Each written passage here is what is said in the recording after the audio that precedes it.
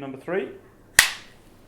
So my work is mainly around creating data collection tools and creating databases for storage of the information that is collected and ensuring that the data that is stored can be preserved for long-term use and is in a format that's usable to a wider research community.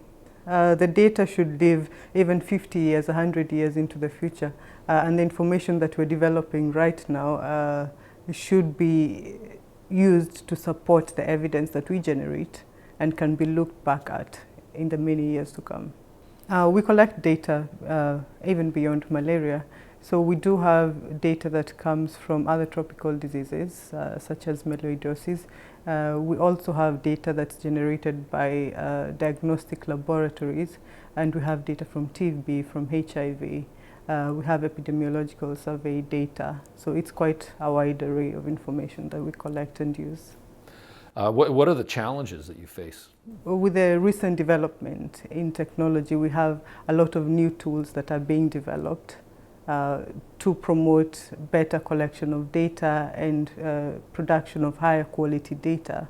And we are trying to ensure that we use these internationally defined standards in the way we collect, in the way we define, and in the way we store our data. This enables our data also to be usable by a wider community and to be beneficial and applied into different settings. Why should we fund your work? Why is it important? The findings that are generated from research are as strong as the evidence that is supplied along with the findings. And this evidence is generated from the data that's collected the period of the research conduct. Therefore, data management is a critical part of the research activity because we want to generate evidence that can strongly support the findings that the research comes up with. And that's why data management should be funded. By working in Moro, I've been able to interact with researchers and groups that are working in different areas of research. And because of that, I have expanded my view of research and been able to come up with even better measures of running data management that is applicable around a wider area of research. I am a Kenyan by origin, and I came to work in Thailand and found, for one, it's quite similar to the situation and the settings that we have in Kenya and other African countries that are around the tropics. The diseases are similar, and the amount of work we do in Africa is translatable in the Asian context.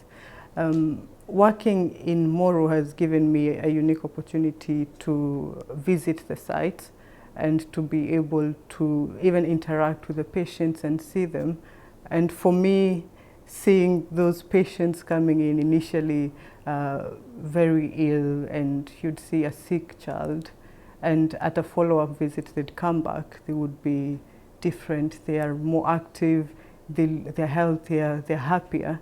That for me changes the whole thing about research. It's no longer about numbers, it's about people's lives, and I'm able to see the impact of my work, and that is motivational because then I want to even do better so that in the future the generations do not have to go through this kind of diseases, and we would be able to eliminate the diseases and find better ways to diagnose these diseases.